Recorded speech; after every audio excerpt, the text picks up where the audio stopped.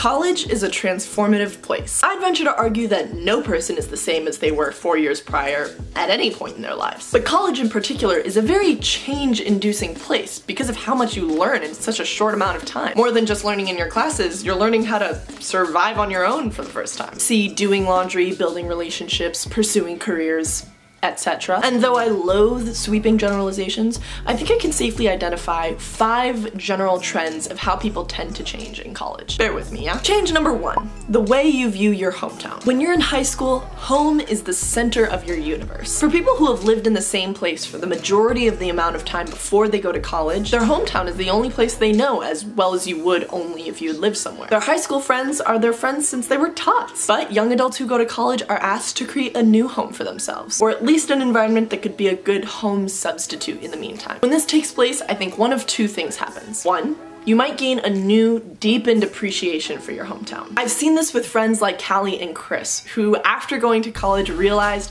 that their hometowns are really the center of their universe. Actually, for both of them, it happens to be Colorado. Interesting. Or 2, you grow to understand your hometown as the place where you grew up, a place from the past. This was my case. When I go back to Barrington, I see it as a place chock full of memories. Moments from my past who made me who I was when I was 18. But I also have a new sense of eerie distance when I'm here. Something just feels different. At first, when I was a freshman, this freaked me out. I immediately wanted to understand why Barrington felt off. Now I realize that that is a totally common and very natural response. When you move across the country and make a new home and find a new family, it can feel kind of weird to go backwards. Of course, your family's always your family, that's never gonna change. But there's a difference between seeing a future for yourself somewhere and seeing just your past. Change number 2, the way you approach relationships. 4 years from ages 18 to 22 is a lot of time to experience relationships. Romantic relationships, friendships, other flavors of partnerships. You'll experience it all in college. And there's just no way you're gonna end up as a senior thinking about it the exact same way you did when you were a freshman. Take me, for example. When I was a freshman, I was so cocky. I once had a crush on a boy in my dorm, and when I found out that he didn't like me back, I walked up to him at a party and asked him, "Why don't you like me?" Instantly realizing how uncomfortable that made him and me, I promptly sprinted back to my dorm and died of embarrassment. I am actually a ghost. Now I know that not everybody that I have a crush on is gonna like me back. And that sucks.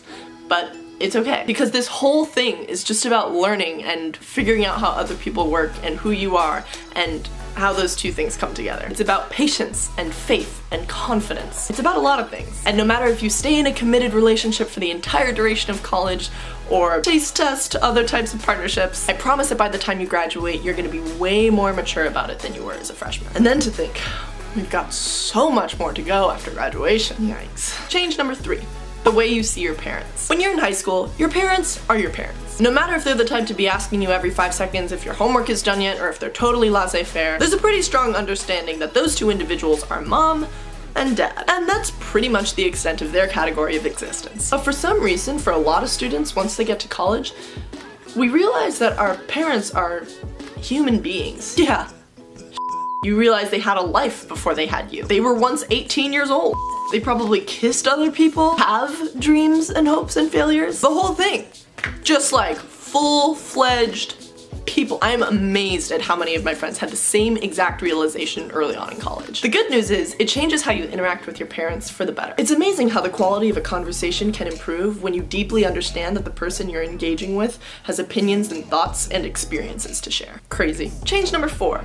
A moral code. You'll develop one. College forces you to reflect a lot. Take, for example, choosing your major. Choosing your major, as you will soon find, is unfortunately laden with a lot more context than just what are you interested in. It's got a lot to do with what you think the purpose of having a college degree really is. Is it to get a certain job, to explore your intellectual curiosities, to focus on something entirely different? And in order to answer those questions, you're gonna have to look inside in a way that demands a lot of maturity. You're gonna have to sit there and ask yourself, what do I really want in this life? Why am I here? What is this all for? Or at least, you should ask yourself those things. I'd say you're probably not getting the most out of the college experience if you're not. And what happens when you find the answers to those questions with intention, you develop yourself a little moral code. Subject to change, of course, but definitely more set in stone than it was in high school when the most important problem you had to face was which college you were gonna go to.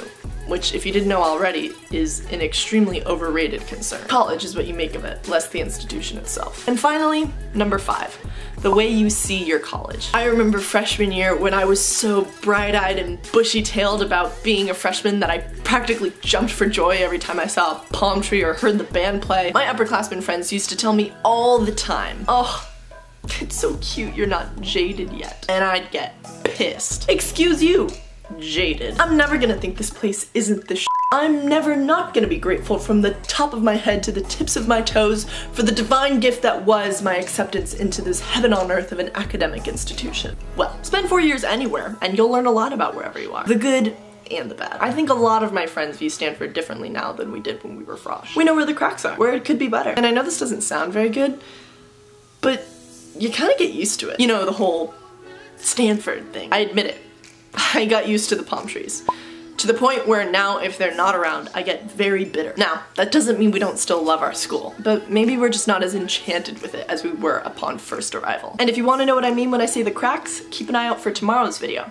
Stanford is not perfect. Today is day 2 in the 7 days of CiC Scavenger Hunt. We're counting down to the premiere of season 2 of Cath in College senior year, where you can join me and my friends in the crazy ride that is the Stanford experience. Today's clue is, in my video, My Freshman Spring Quarter at Stanford, what is the question that Chris asks while everyone is eating Chick-fil-A? And if you have no idea who Chris is, he's the same guy as the one who was trying to type up the next great American novel. Once you got the answer, enter into the prize drawing following the links in the description. We're giving away Amazon Echo Dots, Parker pens, t-shirts, sign swag, pop sockets, those little phone thingy jigs, a whole lot. Stay tuned for tomorrow's video in the 7 days of CiC countdown. And get ready for season 2 senior year.